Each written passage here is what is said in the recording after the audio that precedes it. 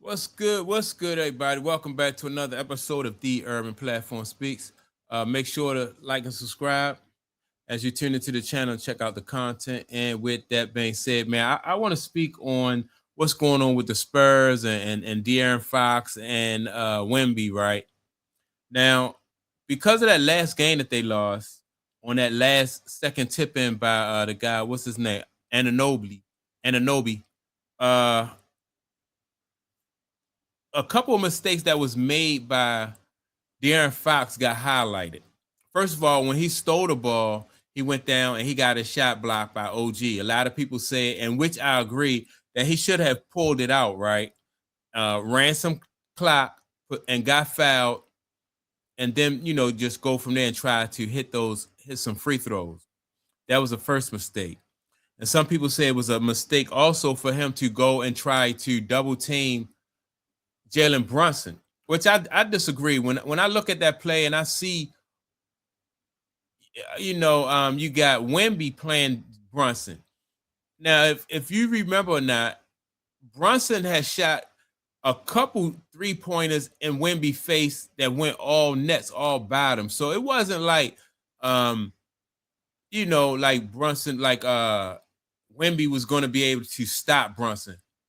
I think the only reason why Brunson shot a 3-pointer and didn't try to go past him or blow by him because he was charging at him is because De'Aaron Fox was coming at him too. So, it was kind of like he was trapped. So that's why he shot that 3. So I didn't have a problem with that, right? And but I do think that it would not have even gotten to that point if the coach had a call, a timeout when the Spurs were shooting all those jumpers. That's where my issue comes with, if in coaching. I thought that's how they lost the game. I like this coach for the Spurs, but I do think that he got out-coached.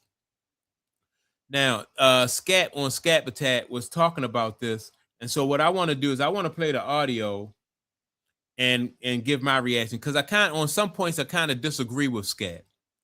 Well, the San Antonio Spurs face a crucial do-or-die Game 5 tonight in the NBA Finals at home. Win or else, the New York Knicks win their first NBA championship since 1973. And it's not like it had to come to this. They have had plenty of opportunities to win games along the way, as they have blown 14, 12, and 29-point leads in the 3 games that they have lost. Many thanks to Prize Picks for sponsoring this video.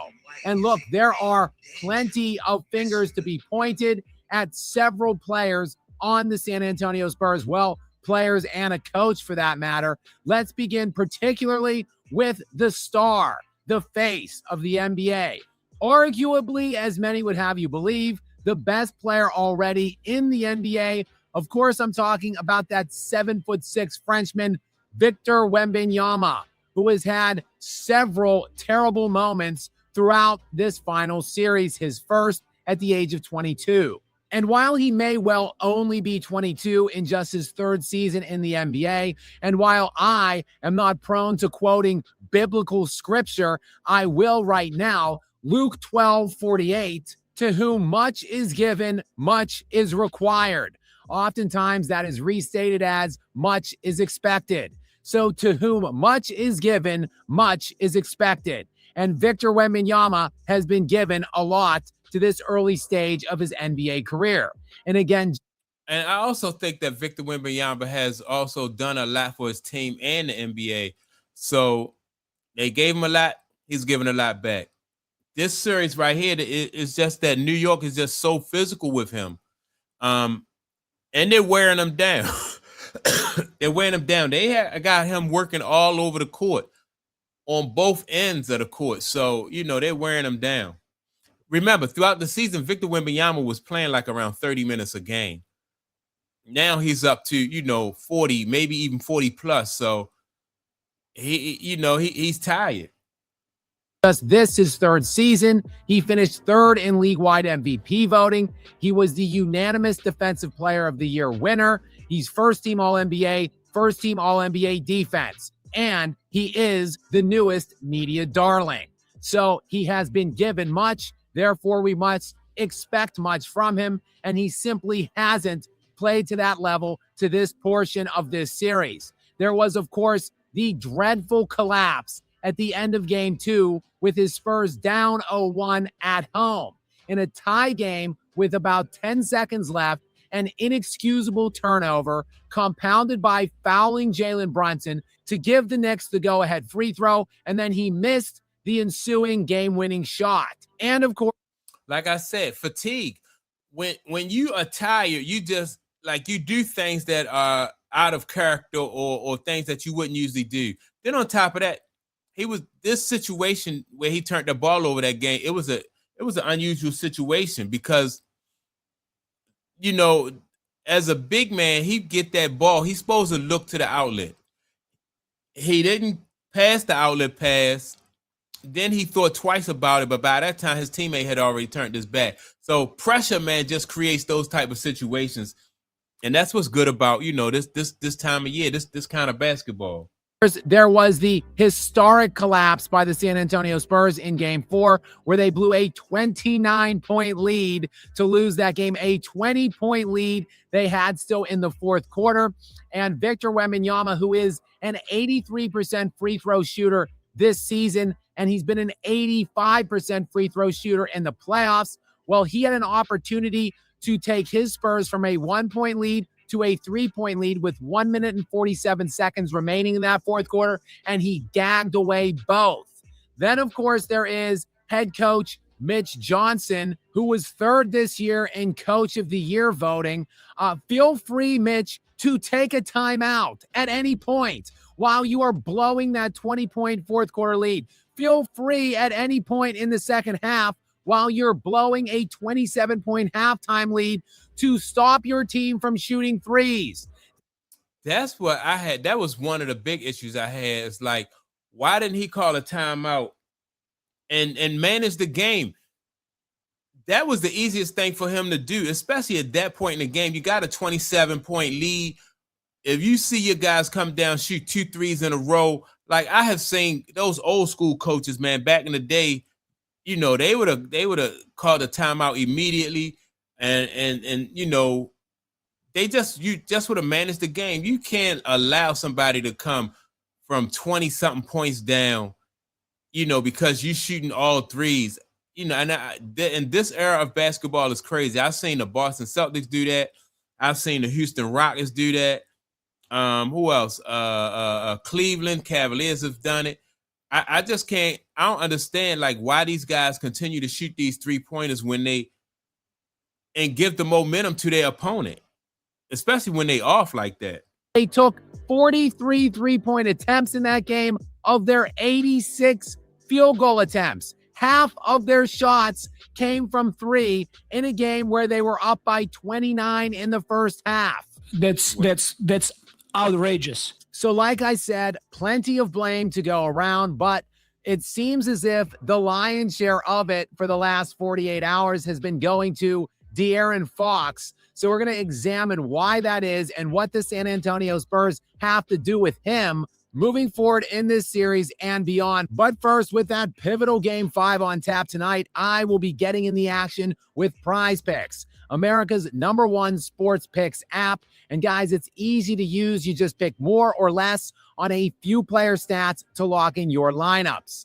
Tonight, I am going with Dylan Harper more than 9.5 points. He has been arguably the best player for the Spurs in this series in a couple of games, and they are going to finally have to rely on him big time tonight. More on that in a moment. I am also going back to the well with Stephon Castle, more than 11.5 points in this game. The Spurs have played 22 games this postseason.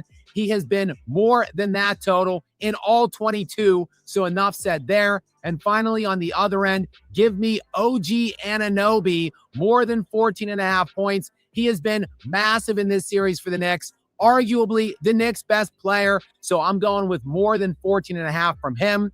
Guys, I've got that new users offer for you today. All right, so look, let me talk about this kid Harper though, right?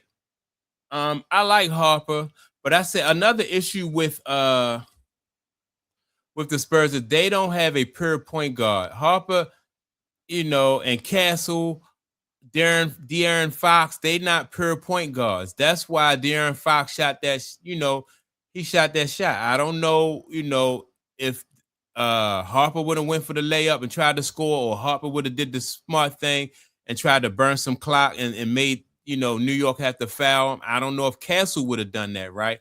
But I do know in certain situations where you need a floor general, a point guard, somebody who understands like the time and the situation, they don't have that on their team.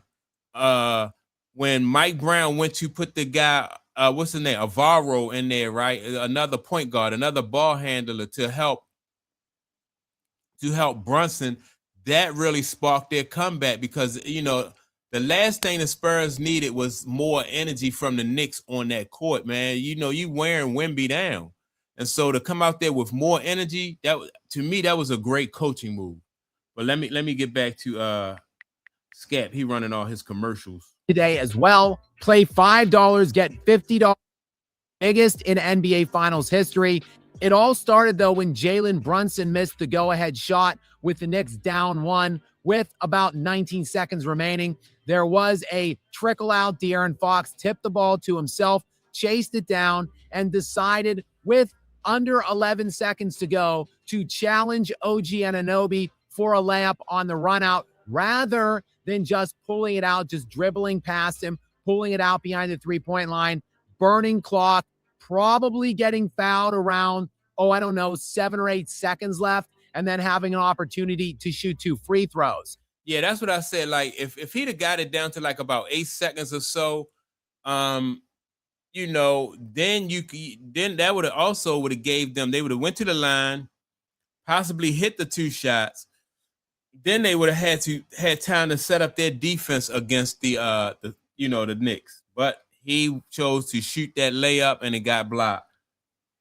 Instead, he challenged Anunoby, and, well, that was a bad decision by De'Aaron Fox because Anunoby had the historic chase down block on Fox to keep the Spurs lead to just 1 point. But it wasn't over there for De'Aaron Fox because on the ensuing inbound possession, the ball goes from OG Anunoby, the inbounder, over to Jalen Brunson. And De'Aaron Fox, you could see wandering around over there when the inbound pass is made by OG. Fox then presumptively should have stayed with Anunoby, got a body on him. Instead, De'Aaron Fox decides to freelance his way, wander over to help Victor Wembanyama on Jalen Brunson.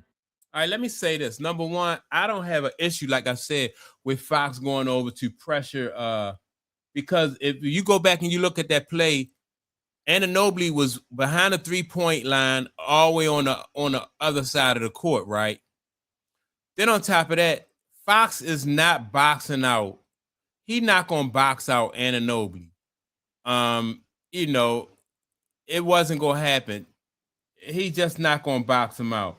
So I don't have a problem with that play right there. Only problem I got with Fox is, like I said, him not pulling that ball out and trying to score. But I think there's plenty of blame to go around for the Spurs team when you think about the coach should have called timeout, Wemby making uncharacteristic, mistakes. It's really the whole team. So, but I do think they need a point guard also too. So that's my take on it. Make sure to like and subscribe to the channel. Also, don't forget to leave a comment. And with that being said, I'm going to check you all out in the next video. Peace.